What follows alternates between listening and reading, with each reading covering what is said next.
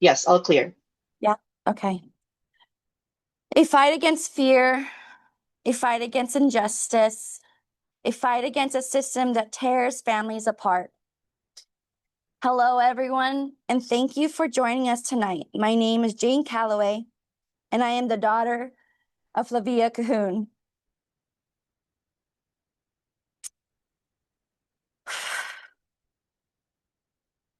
It started as an ordinary day.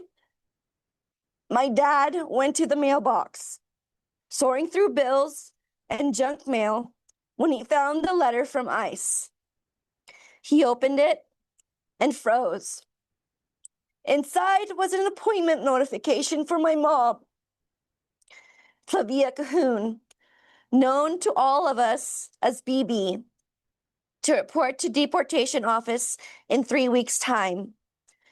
He knew immediately what it meant, and he didn't know how to tell her, the woman he has loved and protected for decades, that her worst nightmare had returned.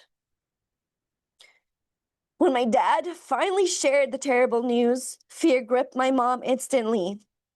Not just the fear of deportation, but the fear of a death sentence if she were detained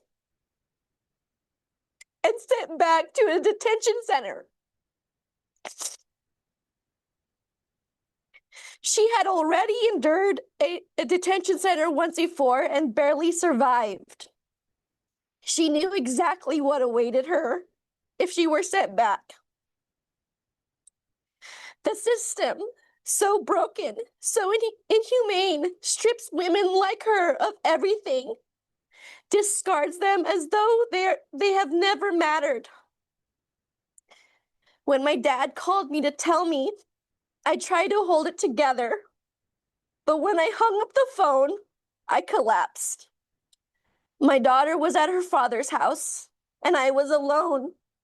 I couldn't breathe. I called my best friend, but she couldn't find any words. Because what can you say when the country you love is about to destroy your family? This wasn't grief like losing someone to illness. This was rage. This was injustice. Because my mom had done everything right. She fought to be here. She loved her community, served her community, and contributed to this country in every way she could. She paid her taxes, obeyed the laws, raised her family, and gave back with everything she had. And still, here we are. 3 days before the appointment, my mom's lawyer and my dad went to the immigration office and begged. The officer, without saying it directly, told them it was over. That no matter how strong her case was, and it was strong, it would be denied. He admitted he barely did his job anymore, that he simply passed the paperwork up the chain of where Trump's pawns made decisions without even reading it.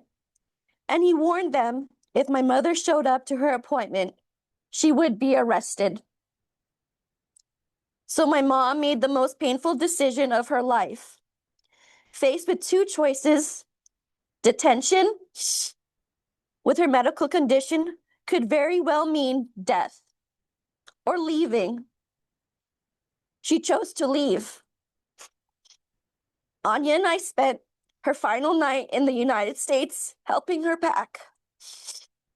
I checked and rechecked her bags, paranoid she might forget something. I was still in denial. My mom, my best friend, was about to be gone. No longer 15 minutes away. I hugged her, I stroked her hair, and I told her she was the strongest person I knew. That she was my hero. That she deserved peace, not a lifetime spent fighting an immigration error already proven wrong. but never corrected by a system that refused to care. So I stand before you with the weight of a breaking truth, heartbreaking truth, one that crushes the spirit of every Filipino, including my mother. Thousands of us have worked, built lives, and dreamed of a future here, only to see it all shattered by a brutal immigration system that tears families apart. And what does our government do? Nothing. Absolutely nothing. My mother is a strong and loving woman. She followed the rules, worked hard, and believed in the American dream with every fiber of her being. For years, she fought in the courts, drained her savings, and pleaded for the simple chance to remain in the place that had become her home. She gave this country her loyalty, her labor, her love. Yet after decades of building a life here, it all came crashing down with one single piece of paper. One single piece of paper, cold words typed in black ink, a notice dressed up as a procedure, but carrying the weight of exile that shattered everything. One piece of paper that erased decades of sacrifice as they meant nothing.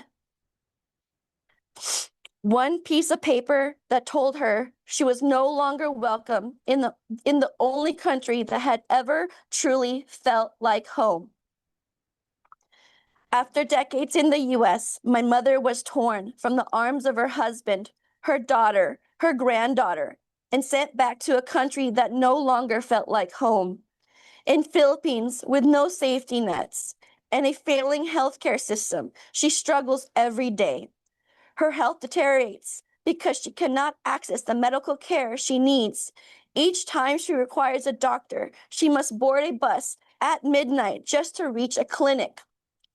This is a life she was forced to return to because of one single piece of paper. Where is the support? Where is the Philippine government when its people need them most? Where is the help for those forced to return with shattered hopes, broken dreams, and nothing left to hold on to? Nowhere. They are abandoned. And she is not alone. Thousands of Filipinos are scattered across the Philippines, surviving without help, without dignity, forgotten by their own country, forgotten by their own government. This is not just a foreign problem, this is our problem. The Philippine government has the power to protect its citizens, to fight for them when they are wronged, to help them rebuild. Instead, they stand idly by while families like mine are left to pick up the pieces. The US has taken so much from the Philippines, our land, our resources, our people. Our men and women have served in the US Armed Forces, fighting battles far from home, while American military presence continues to dominate Philippine soil. It is time for the Philippine government to demand more respect, more justice, more commitment to safeguarding the rights and dignity of its citizens. We deserve leaders who will stand up and reclaim what is rightfully ours. This is not only a failure of the US government, this is a failure of Philippine leaders. We have been betrayed, abandoned by those who were elected to protect their people.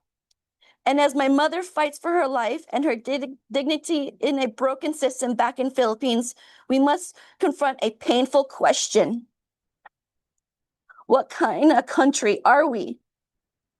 Are we a nation that abandons its own? A nation that turns its back while its people suffer? No, we are better than this.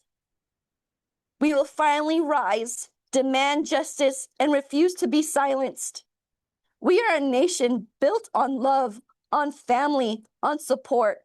It is time we show the world who we really are. It is time for Philippines to become a place where people don't have to leave. but where they can stay, build, and thrive. It is time for our government to stand up for its citizens, to stop bending to the will of foreign regimes and start protecting its own.